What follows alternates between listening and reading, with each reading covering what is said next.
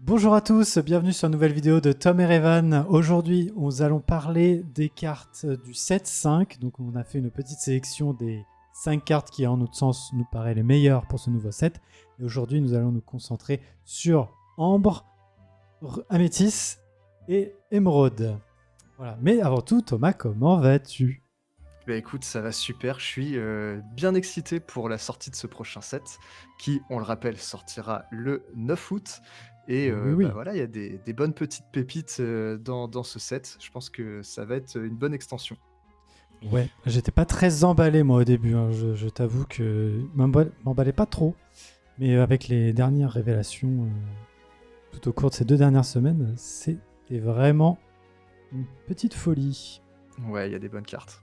Sans plus attendre, on va commencer donc avec la couleur ambre et en 5e position, on a la Queen's Core, Queen's Censor Core, donc une carte qui coûte 2 ancrables, qui au début de notre tour, si on a une princesse ou une reine en jeu, on gagne 1 de l'or, donc on va pouvoir gagner du lore passivement.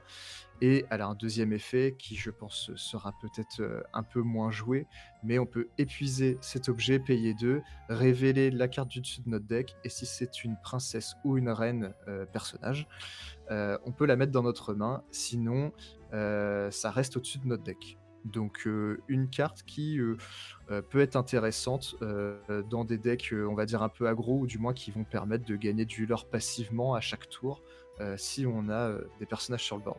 Oui, bah t'as tout dit, hein, en vrai. C'est vrai que cette carte-là, elle va vraiment être là pour l'aurer passivement. Et donc dans un deck princesse et ou reine, voire les deux, Ouais, parce qu'il y a la euh, reine qui est jouée, ouais. c'est ça. Donc Ambre, bah, déjà on Côté a, ambre. On a Cendrillon, on a la reine, donc Mm. ça monte pas mal. Et en plus de ça, ça va bien se comboter avec le Ralph, qui dans un deck princesse, dès que ce personnage va être joué, va permettre de remettre une carte de notre défausse dans notre main. Et si cette carte est une princesse, on gagne 2 de l'or. Donc ça fait une petite course au lore qui va être plutôt sympa. Ça va être comboté avec le Queen's Core dans un deck Pour les decks full princesse. princesse, évidemment. Ensuite, en 4e position, on avait la tour de réponse qui va permettre aux personnages d'avoir 3 de vie tant qu'ils sont dans cette tour. Donc ce qui est vraiment pas mal dans un deck full aggro, je dirais, où on va pouvoir les mettre un à un et qui vont pouvoir lorer sur le long terme sans vraiment être inquiétés de disparaître du board. Et je trouve que cette carte-là combote bien justement avec la réponse du set 1 qui soigne 3 et peut piocher des cartes, puisque du coup nos personnages auront plus de points de vie et donc potentiellement avoir des dommages sur eux plus facilement. En 3e position, on va avoir Alan Aldale. Euh, euh, donc un personnage qui coûte 4 en crabe, 2 d'attaque, 3 de vie, l'or pour 2, et à chaque fois qu'on joue une chanson, on gagne un éclat de l'or. Donc dans un deck style song, avec les flûtes, là on gagne de l'or avec nos flûtes, et maintenant aussi avec le Alan Adale. Donc ça peut monter vite. Je pense que c'est une bonne carte. Ouais, bah c'est une très bonne carte avec des stats très très intéressantes. 4 ancrables, killer pour 2, 2, 3. Ça va. Franchement, c'est je pense, une carte à jouer dans un style song, ou Mm. song tout court, pour, pour ce set. Et bah, le fait de gagner un de l'or en passif, c'est quand même monstrueux. Mm. Et, parce que c'est instant. Ça, faut préciser aussi que c'est instant. C'est pas le tour d'après, faut l'épuiser. Et maintenant, si vous chantez une chanson, vous gagnez un. Non, c'est. On peut le jouer, je suis chanter une chanson et déjà, on a plus un. C'est ça. Très très bonne carte. Et en top 2, on va avoir la Daisy Duck qui coûte 1 non ancrable, 1 d'attaque, 4 de vie, l'or pour 2, donc des stats très très fortes. Et par contre, il y a un petit bémol, mais on va voir que c'est pas, je pense que c'est pas si grave. Pourquoi? Quand ce personnage part à l'aventure, notre adversaire va révéler la carte du dessus de son deck. Si c'est un personnage, il la garde en main, donc il va en soi piocher une carte. Mais si ce n'est pas un personnage, la carte va en dessous de son deck. Donc tout ce qui va être objet, action, chanson et lieu partiront en dessous du deck. Et c'est clairement une carte très aggro. Et pour gérer finalement ce personnage, eh bien, piocher des actions ou des chansons, ça serait très pratique. Et Daisy Duck, finalement, va empêcher l'adversaire de piocher ce type de carte et ne pourra, avec cet effet en tout cas, bénéficier que de personnages. Et généralement, en début de game, on ne joue que un personnage par tour. Et l'adversaire mettra du temps à aller chercher les 4 points de vie de la Daisy Duck. On pourra potentiellement gagner 4 voire 6 éclats de l'or avec une seule Daisy Duck. Moi, je trouve ça très fort. Oui, oui, bah, ça va être fort et puis ça va permettre de lorer pas mal de tours avant qu'elle soit gérée. Là, tout de suite, moi, je pense directement à la Sisu qui va bannir un personnage qui a 1 d'attaque. Mais à part ça, je ne vois pas, en tant que personnage, parce que du coup, on part du principe qu'il n'y aura pas d'action possible. Ouais. En tant que personnage, je ne vois pas quelque chose en early game qui peut la gérer aussi facilement. Voilà. Donc peut-être des personnages avec un rush, un rush amélioré, potentiellement. Je pense au nouveau Rafiki, mais pareil, il est tour 4, donc ça va être long. Donc pour tour 4, on a le temps de l'orer 3-4 fois. Donc. Si cette carte-là est dominante dans la méta, en tout cas si elle appartient à un deck qui va être méta, les autres decks vont devoir jouer des cartes moyennes, voire mauvaises, pour gérer cette carte. En tout cas, des cartes spécialement pour gérer la Daisy Duck. Et enfin, le top 1. Sans grande surprise, je pense. Mais nous avons le Prince Navin. Voilà, donc 4 non ancrables, 3-3, mais qui est un mélomane 6. Et que dès que ce personnage est joué, on peut jouer une chanson qui coûte 6 ou moins gratuitement.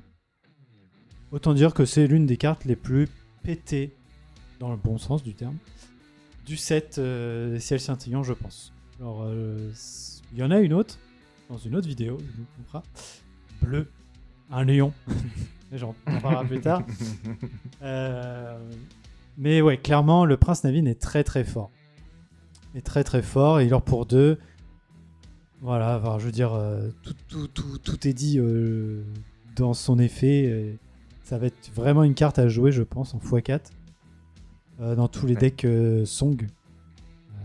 Voilà. Donc, si tu veux rajouter quelque chose je pense en plus que c'est une carte qui ne gagnera que en intérêt au fur et à mesure que le jeu continuera à sortir des nouvelles cartes.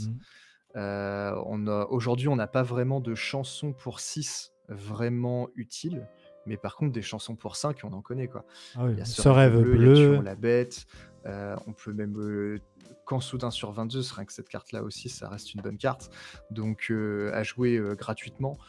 Que du gris, quoi. Du gris, ouais. C'est vrai que côté des autres couleurs, j'en vois un peu moins, mais même si on joue dans d'autres couleurs, il y a quand même des chansons pour 3 qui sont fortes. Je pense à mes amis de l'au-delà, par exemple, mais au bleu lumière côté bleu, si on fait un bleu jaune. Mais ouais, le Prince Navin, je pense, sera dans beaucoup de decks ambre. Yes, parce que là, en termes de chansons à 6, on n'en a pas beaucoup, on n'en a que 3, dont 2 du set 4, qui était La vie d'un pirate et Tous ses secrets, qui permettait de remettre 2 objets de notre défausse en main. Et la nouvelle Blast from Your Past, qui permet de retourner tous les personnages et portant le même nom de notre discard pile dans notre... Donc c'est pas des cartes exceptionnelles, mais il faudra jouer de plus bas level en chanson, mais clairement plus forte et plus rentable. On a des mentions honorables, et dans la mention honorable, nous avons la petite mini Floodborn, qui se shift pour 4, donc 5 en crabe, pas en crabe, 5 en crabe, 4 qui leur pour 2. Quand on joue ce personnage, et qui on a utilisé shift, donc alter, pour la jouer, on peut chercher dans notre deck un personnage, le révéler, mettre cette carte au-dessus de notre deck après avoir tout remélangé. Donc autant dire que dans un deck Mufasa, c'est très très fort. C'est très très fort. Ça va être très clairement joué, je pense. Après avoir si on a des petites mini. Côté rouge, on en a. Oui, c'est vrai. On a la mini surfeuse. On a juste la mini toujours radieuse. Toujours élégante. Toujours élégante, évidemment. C'est vrai qu'avec le rouge, ça fonctionne bien, cette carte-là. Avec le rouge, ça va être pas mal. Et du coup, dès que nous fait ça, petite réponse, petite mergotelle, on continue le classique. Et franchement, c'est une bonne addition, je pense, pour ce deck. Donc ça, c'était les ambres. Et maintenant, on va passer aux améthys. Aux améthys, et nous allons commencer avec le palais des glaces. Et donc le palais des glaces d'Elsa, quand on joue ce lieu, on choisit un personnage épuisé, que ce soit nous, le nôtre ou celui adversaire, et tant que ce lieu est en jeu, le personnage qui a été ciblé ne peut pas se redresser. Donc dès que vraiment c'est pour aller choisir un personnage adverse évidemment, mais ça peut complètement geler un personnage adverse. Et donc voilà, donc l'effet est super intéressant, à voir si ce sera vraiment joué, parce qu'il n'a que 4 de vie, mais il gagne son petit éclat de l'or, donc pourquoi pas. Mm. Bah, je pense qu'il va être très intéressant avec les prochaines cartes desquelles on va parler. Mais avant, on va parler d'un petit hibou, une petite chouette, Archimède, qui, je pense, va être une bonne carte. 5 Floodborn, Shift 3, 1-4, qui l'or pour 2, mais qui a évasif et qui a Challenger plus 3. Donc il devient une 4-4. Moi, je la trouve très très forte pour aller chercher les petits ou les plus gros, les moyens, disons, personnages sur le board. Et en plus de ça, elle a 4 de vie. Donc c'est pas que du one-shot, ça peut résister et rester sur le terrain. Moi, je trouve que c'était une très bonne carte et qui a en plus une sacrée belle enchantée. Ouais, c'est vrai que si elle est shift pour 3, elle a vraiment des très bonnes stats. En plus insaisissable, donc elle va pouvoir aller chercher pas mal de cartes qui peuvent être embêtantes. Donc ouais, effectivement, je pense que ça peut être aussi une bonne carte à jouer. Ensuite, en top 3 de ce top améthyste, on a Gathering, Knowledge and Wisdom. Donc, Le rassemblement de savoir et de sagesse. Exactement. Donc c'est une action pour 2 non ancrables, et quand on la joue, on gagne 2 de l'or. Simple, efficace. Ce n'est pas une chanson, ce n'est qu'une action. Ce n'est qu'une action. Oui. Précisons, au cas où. Et j'aime beaucoup cette carte parce que forcément, ça va très bien dans Améthyste, qui, on pense à la chèvre, hein, qui gagne aussi 2 éclats de l'or quand on la joue, et peut se jouer dans des decks très aggro, que ce soit avec le vert ou avec le jaune. Et ça, tu mets ça en x4 dans le deck, ça fait beaucoup de l'or. Oui. Et côté émeraude, il y a des cartes qui permettent de récupérer des actions, comme il y a une Madame de Trémen qui permet de le faire, et il y a aussi l'action Recommence, qui permet d'aller chercher une action de sa défausse. Et donc ça fait, entre guillemets, rajouter plusieurs copies de cette carte dans le deck, et ça peut très vite monter, quoi. C'est clair. De toute façon, ça va être une course au lore encore plus intense pour les decks améthyste / quelque chose. C'est comme tu l'as dit, avec les merlins, déjà ça va vite. Et cette carte-là, oui, en plus, elle coûte que 2, entre guillemets. Donc c'est vraiment une encre de l'or. C'est propre. Voilà. Ensuite, donc nous passons au top 2. Top 2. C'est ça, top 2. Et là, nous allons voir la reine des glaces, Elsa. Voilà, elle est belle, elle est là, elle est présente. 5 ancrables, 2-5. Elle a Rush et Insaisissable. Quand ce personnage rentre en jeu, on peut épuiser un personnage adverse. Donc du coup, elle peut épuiser un personnage et aller le taper directement si elle le souhaite. Donc ça, c'est plutôt fort. Et donc là, on rentre dans toute cette mécanique de geler les adversaires. Donc avec Elsa qui va épuiser les personnages. Le château, enfin oui, c'est un château en soi. Le palais de glace d'Elsa qui va pouvoir le garder épuisé. Et ensuite, il y a d'autres cartes qui vont aussi permettre de garder ce côté freeze du board. Mais c'est pas tout. Il y a aussi le fait que, ça va te plaire, la curve avec la Elsa du set 1 qui s'altère pour 6. Pour 6. C'est ça, voilà. Donc tour 5 Elsa, tour 6 Elsa. On fait que de freeze le board tour par tour. L'adversaire peut plus rien faire. Ça peut être assez intéressant à jouer. Après, à voir si sur le long terme c'est fort. Mais ça peut être une bonne surprise, je pense, de sortir un combo comme ça. Je pense que tu as tout dit. Et puis même de base, la carte en elle-même me semble forte. Le fait d'avoir rush insaisissable pour aller chercher des personnages insaisissables et d'épuiser un personnage adverse. Bon voilà, ça fait quand même pas mal de mots-clés intéressants, donc elle est C'est vrai. forte et en plus elle est ancrable. Ouais, bonne carte. Et c'est une queen. C'est jamais. Mhm. Je dis ça comme ça. Et en top 1, bah on va prendre la petite sœur. Hein. Et oui, Allez, c'est Anna. Anna. Anna, 7 non ancrable, 4 d'attaque, 5 de vie, l'or pour 2. Elle a Alter 4. Et donc il y a une Anna pour 3 hein, dans le set. Et lorsque vous jouez ce personnage, épuisez tous les personnages adverses. Et donc c'est très fort puisque ça va passer outre les hors d'atteinte, les mots-clés hors d'atteinte. On va pouvoir épuiser ces personnages-là. Et donc, enfin voilà, c'est vraiment très puissant. Je vois pas dans quel monde où cette carte est pas jouée finalement. Ouais, non, bah je pense que c'est vraiment une très bonne carte. Et du coup, on a de l'Anna à foison, que ce soit dans le 7-5 ou même avant. Là, en 7-5, on a tour 3, on peut jouer une Anna, je crois. Oui. C'est L'adversaire celle-ci. choisit un de ses... Voilà, donc je suis désolé, elle Quand elle m'était est sortie. jouée, je crois que l'adversaire peut choisir un de ses personnages et l'épuiser. Il me semble que c'est ça. Oui, c'est ça. Donc tour 3, elle est jouée. Et ensuite, bah, tour 4, on joue l'autre. Mm, C'est une belle curve, comme tu dirais. exactement. Et donc, en mention honorable, Oui, parce que en du mention coup, honorable, j'ai perdu. Je suis désolé, j'avais perdu ma liste. J'étais en train de la chercher. J'étais en PLS. Voilà, en mention honorable, nous avons en première carte la la rétrosphère. rétrosphère. Oh, on l'a dit à l'unisson, c'est beau. Vas-y, bah, je te laisse. Ah, je vais la présenter alors. Donc c'est un objet qui coûte 1 qui est ancrable et elle a un effet, on peut payer 2, bannir cet objet et renvoyer un personnage, un objet ou un lieu d'un coût de 3 ou moins dans la main de son adversaire.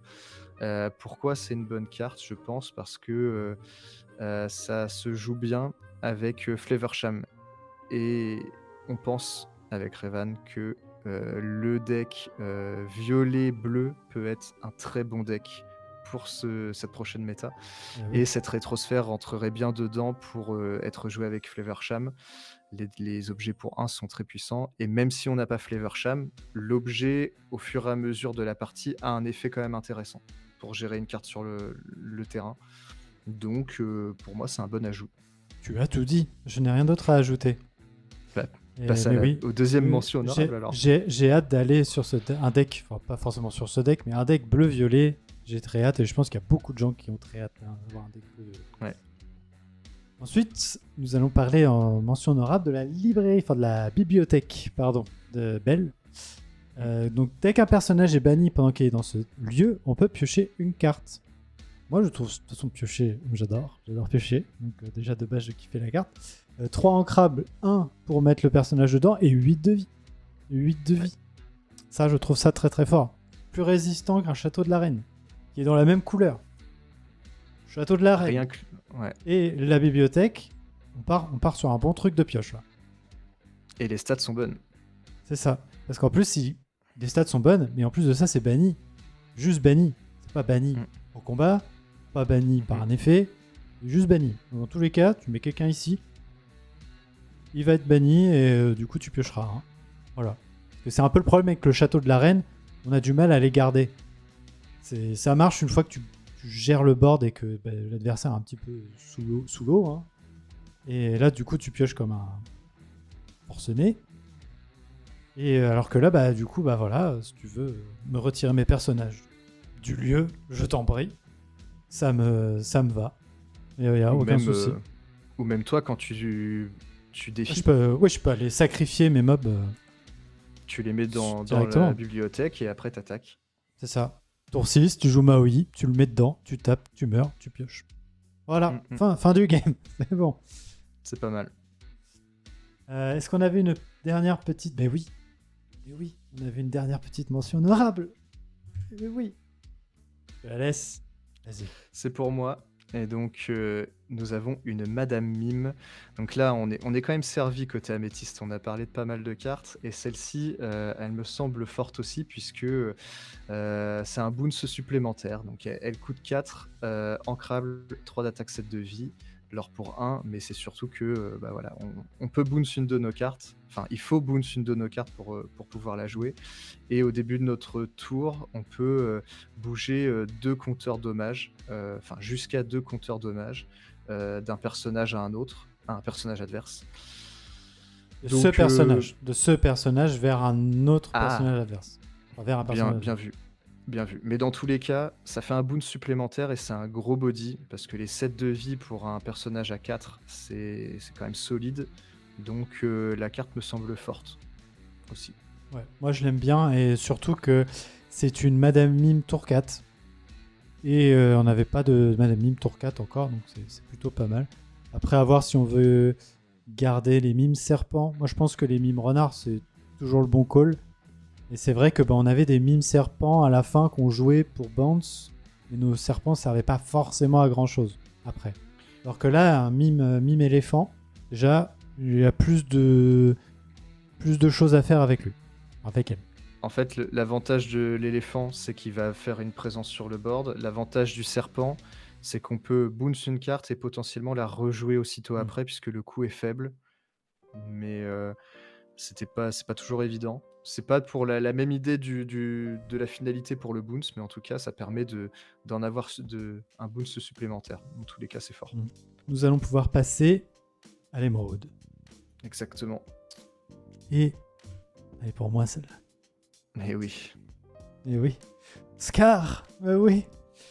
Alors, moi, personnellement, donc elle est 4 ancrable, 4-2, donc 2 de vie, on sait que ça, techniquement, ça a du mal à rester. Mais il n'est pas là pour partir à l'aventure, il n'est pas là pour taper, il est juste là pour faire acte de présence. Parce qu'il a ward, donc il n'est pas ciblable. Donc à moins de mettre un Tuons la sort, un tuons la bête ou je sais pas, soyez prête, mais bon là c'est un peu loin. Donc dès qu'un personnage va challenger, enfin défier un personnage adverse avec des dommages dessus, on peut piocher une carte. Moi je pense que c'est un moteur de pioche assez sympathique. Après il faudra voir en état, en action, mais j'aime beaucoup l'idée d'avoir ce Scar tour 4 qui pourra nous faire piocher juste en faisant acte de présence sur le board. En plus, on va être dans une méta où il y aura un deck Robin, donc on en parlera un petit peu après, qui va mettre des dommages par-ci par-là. Donc attaquer des personnages qui ont des dommages sur eux, ça va être chose assez facile au final. Donc est-ce que ce serait pas un bon call? Je dirais pas forcément en jouer 4, mais en jouer 2, ça peut être pas. Genre, s'il arrive, tant mieux. S'il est pas là, tant pis. Et après, 4 ancrable, même si on en joue 4. Au pire, on l'ancre.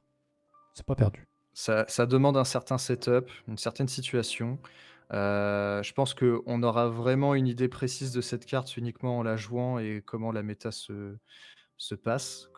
Mais aujourd'hui, c'est difficile de se positionner sur cette carte, mais si ça fonctionne, ça peut être très fort. Ça va fonctionner. Je ferai tout pour.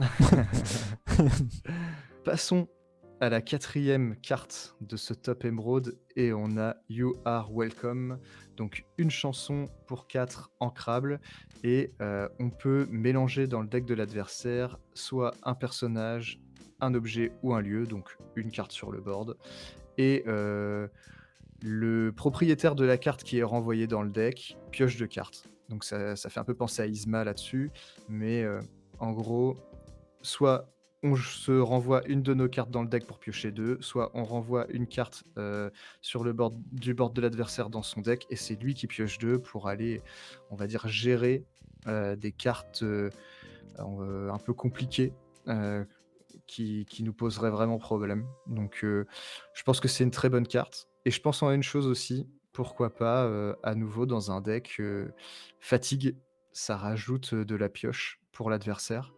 Et on avait déjà vu des decks gris-vert, fatigue, et cette carte-là serait une carte supplémentaire dans un deck fatigué. Quand tu dis fatigue, t'es meule.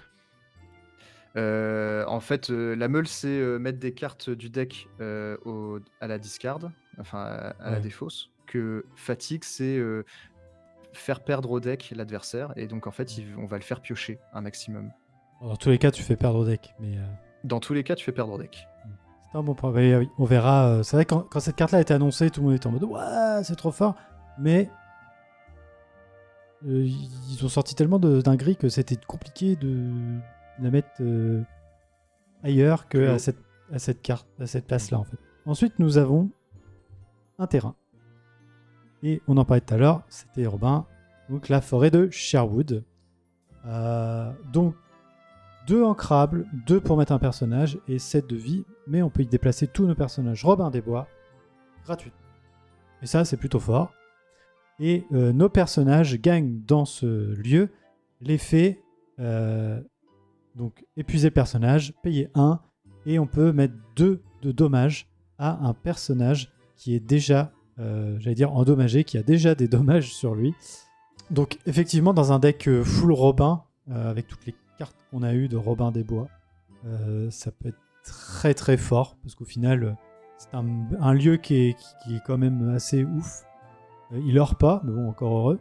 Mais on peut y mettre tout le monde gratuitement et avoir des effets.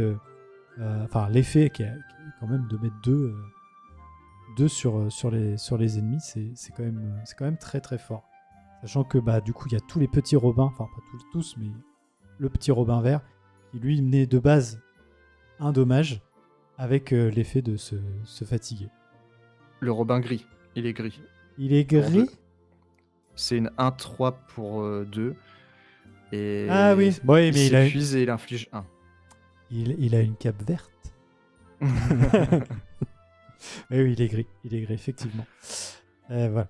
Mais du coup, non, je pense que ça va être une très bonne carte avec tous les Robins qui vont sortir. Moi, je pense que c'est clairement une carte d'archétype. Ça rentre vraiment dans un deck avec beaucoup de Robin des Bois. Le seul bémol de cette carte, c'est que pour infliger les 2 dommages, il faut que l'adversaire ait déjà des dommages sur lui. Donc ça, c'est un peu un problème. Mais je vois ça, moi, dans un deck aussi un peu avec des Floodborn et le chef Bogo, qui, quand on joue un Floodborn, il inflige 1 à tout le monde en face. Et donc, mettre des dommages comme ça un peu à tout le monde, jouer encore des tuons la bête, ce genre de choses, des allumer les mèches, enfin tout ce qui peut mettre des petits dommages par-ci par-là, ça peut être sympa. Et il y a l'arc de Robin, tu m'en parlais, Oui. Revan, qui peut mettre des dommages à distance, comme ça. Et donc après, finir avec nos autres personnages qui s'épuiseraient et infligeraient 2. Donc c'est vraiment de la gestion de board, peut-être un peu dur à mettre en place, faudra tester, mais vu comme ça, moi j'ai envie d'y croire. Ouais, je pense que ça va être le premier deck archétype qui va fonctionner. Ok. Voilà, je m'avance un petit Oh là là. peu. Un petit peu. On Mais s'avance là. pour moi, il va fonctionner, et j'en connais un, Val, qui va beaucoup kiffer. Voilà. On va tester ça alors, on va faire en sorte que ça fonctionne. Ça fait beaucoup de decks quand même. Hein. On doit vraiment faire des decks prouvés qui vont marcher. On va en faire des C'est nuits ça. blanches, hein. Moi je te le dis. Hein. Et donc, en top 2, nous avons la Mergotel, qui, elle, est une bonne carte en elle-même.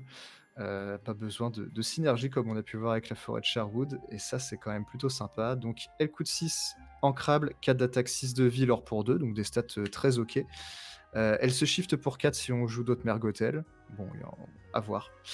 Et quand on joue ce personnage, chaque adversaire choisit un de ses personnages et le remet dans sa main. Et donc ça fait penser un peu à la Madame de Tremen, Oui. qui bannit, elle, mais a des stats moins fortes que cette Mergotel. Donc dans tous les cas, c'est de la bonne gestion de board, et en plus elle a des bonnes stats. Donc je trouve que c'est une carte très très forte. Oui, je suis totalement d'accord avec toi. Je la trouve. Alors, elle est magnifique. Et je viens juste. Pendant que tu parlais, je regardais la carte. Et en fait, la collerette, on peut appeler ça la collerette, c'est la fleur qui la tient en vie en fait au début du film. En fait, voilà. Magnifique. Bref. Donc, ouais, Shift 4, et il y a aussi une Mergotel qui est sortie dans ce 3. set. Voilà, qui coûte 2. Qui coûte 2. Qui coûte 2. Oui, Ok. elle coûte 2. Ouais, on va la mettre un petit coup. Voilà. 89. Donc, du coup, Elle coûte 89, c'est ça. Elle coûte 2. Quand on plaît ce personnage, on peut payer 3 et faire le même effet. Mais clairement, elle va pas être là pour ça. Elle va être là pour alter si on veut alter au tour 4. Donc, c'est plutôt pas mal. Après, à voir si on veut jouer ça à tour 2 ou pas. Ou Son effet peut être utile, mais ouais. juste garder la mère Gothel simplement parce que au final on joue bien Tremen sans alter. Je vois pas pourquoi on pourrait pas jouer la mère Gothel sans l'alter. C'est vrai. Ça passe très très bien, donc je vois pas pourquoi on s'en priverait de rajouter des cartes alors qu'on pourrait peut-être améliorer de la value sur autre chose. Donc voilà, très bonne carte. Je pense qu'elle sera jouée. Ça me fait penser à une chose. Emerald va beaucoup renvoyer des personnages adverses dans la main de l'adversaire. Donc ça va faire des cartes dans la main de l'adversaire. Mhm. Et ça me fait penser à la prochaine carte que tu vas présenter. Ah, Qui quelle se combotte pas transition. mal avec. Ah, quelle tout. transition subtile, on dirait qu'on a Ça me travaillé fait la penser vidéo. maintenant. Clarabelle 7 ancrable 5-6 qui est alter 5 du coup. Et à la fin de notre tour, on peut choisir un adversaire et s'il a plus de cartes que nous en main, on peut piocher pour en avoir autant que lui. Donc on se rapproche de l'effet du souviens-toi de qui tu es, la carte qui avait été annoncée dans les débuts du set, mais là c'est l'effet de Clarabelle qui donne un body en plus, qui l'or pour 2, qui a des stats plus qu'honorables, et qui en plus peut être alter pour 5, ce qui est très très fort. Ouais, Sachant il y a que une Clarabelle qui est intéressante. Hein, la petite Clarabelle, on pourra en parler après. Mais oui, ça combotte bien avec la mère Gothel, comme tu disais. Tu remets toutes les cartes en main, enfin en bounce Emerald. Et du coup, à la fin de ton tour, je t'ai remis dans la main. Vas-y, t'as trop de cartes, je vais te rattraper. Je pioche. Et au final, c'est vrai que c'est un bon combo pour piocher, tout simplement. Tout en gérant le board adverse avec la mère Gothel. C'est ça. Alors la Clarabelle, petite. Et donc la Clarabelle Floatborn, elle est pas mal parce qu'il y a une autre Clarabelle qui est, je trouve, aussi utile. Celle-ci, elle coûte 1 ancrable, 1 d'attaque, 2 de vie et l'or pour 1, mais quand on la joue, on peut payer 2 et bannir un objet. Il me semble que c'est un objet seulement. C'est un objet, oui. Et donc le vert n'avait pas de gestion d'objets direct en jeu. Il y avait le turbo, mais il fallait qu'il attende un tour, qu'il s'épuise. Que là, c'est une gestion d'objets direct. Donc plutôt bon à prendre. Et donc avec la Floatborn, ça va plutôt bien ensemble. Oui.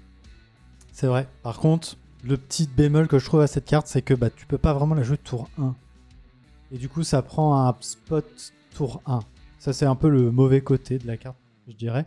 Mais c'est vrai que si on minimum tour 3, ça peut gérer pas mal d'objets. Ça, c'est plutôt fort.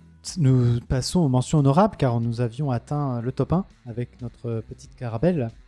C'est ça. Et donc, notre première mention honorable, ça va être la nouvelle Anna. La nouvelle Anna, alors pourquoi en mention honorable? C'est peut-être ma faute, c'est arrivée là. Mais donc 3 non ancrables, 2-3 killers pour 2, ça en soi, ok, pourquoi pas. Le problème, c'est que pareil que la petite Clarabelle où il faut la jouer, payer 2, donc en fait, elle ne coûte pas 1, elle va coûter 2. Elle va coûter 5. Et du coup, elle pourra être jouée qu'au tour 5. Et c'est un peu le côté que j'ai pas trop aimé. Ses effets sont très bien, il n'y a rien à dire là-dessus. Donc pour ceux qui ne le savent pas, donc quand on joue ce personnage, on peut payer 2 et notre adversaire choisit et se défausse d'une carte, ou un personnage gagne plus 2 d'attaque pendant ce tour, ou on peut bannir un personnage qui a au moins un dommage sur lui. Donc c'est des 3 effets très bien. En soi, il n'y a aucun souci là-dessus. Moi, je trouve qu'une 3 non ancrable, qui au final n'est pas une 3 mais qui est une 5, ça fait un peu cher. Ouais, c'est vrai que l'avantage de cette carte, c'est qu'elle est polyvalente, elle peut s'adapter à plusieurs situations de jeu, mais finalement, c'est payé cher pour ses effets et pour ses stats. Donc je dirais que la carte est moyenne parce qu'elle coûte un peu cher, quoi. Mais peut-être qu'on se trompe. Peut-être qu'on se trompe, oui. Ça va être un peu le couteau suisse du deck Emerald et va pouvoir nous aider dans pas mal de situations. À voir. Ouais, celle-là, ça va vraiment être un peu comme le Scar. Il faudra le voir en action pour voir ce que ça donne. Ensuite, en deuxième mention honorable, nous avions... Le Chromicron Émeraude. Et ce sera la dernière carte de cette vidéo. Et donc c'est un objet non ancrable. Et durant le tour de l'adversaire, quand un de nos personnages est banni, on peut renvoyer dans la main de son propriétaire un personnage. Et donc, globalement, gérer finalement le board de l'adversaire ou peut-être aussi nos propres personnages pour en sauver. Ça peut être utile.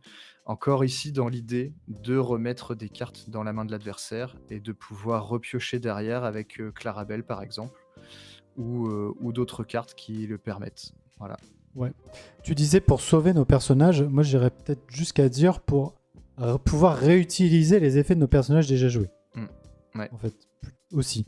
Ça permet de les sauver, hein, totalement, mais ça permet aussi de réactiver des effets qui, quand on joue ce personnage, Anna par exemple, quand elle arrive, on paye 2, ou la Clarabelle, tu peux rejouer la Clarabelle pour répéter un objet. C'est plutôt propre. C'est ça. Plutôt propre. À voir si ce sera joué. C'est difficile de se prononcer parce que faut payer 3 pour le jouer, donc potentiellement perdre un tour pour setup cet objet, et qui fait en soi pas grand chose quand il arrive en jeu. À voir, c'est à tester. Et ben voilà, on a fait le tour du coup de Ambre, Améthyste et Émeraude. Donc déjà, c'est du lourd déjà. Tout ça, c'est vraiment pas mal. On a mis pas mal de cartes. Et il en reste pas mal de très très forts qu'on verra du coup dans une autre vidéo qui sortira dans quelques jours. Quelques jours après. Voilà. Et donc cette fois-ci on parlera de Saphir, Rubis et Acier. Acier. Mais oui. Et voilà. Et donc du coup on verra bien ce que ça nous réserve. N'hésitez pas à nous dire dans les commentaires quel est votre top. Par couleur aussi, si vous voulez vous amuser à faire de même. Si vous êtes d'accord avec nous, pas d'accord avec nous, si vous auriez mis une carte moins haute, voilà. Scar peut-être en top 1. Et donc voilà. On espère que cette vidéo vous aura plu. On va travailler pour vous faire la deuxième vidéo du coup. Et on espère que vous aurez apprécié de la regarder autant que nous, on a apprécié à la faire. Voilà, on vous souhaite une bonne fin de journée, nuit, ce que vous voulez. Soirée. Et on vous dit à la prochaine. Allez, bonjour. Bonjour.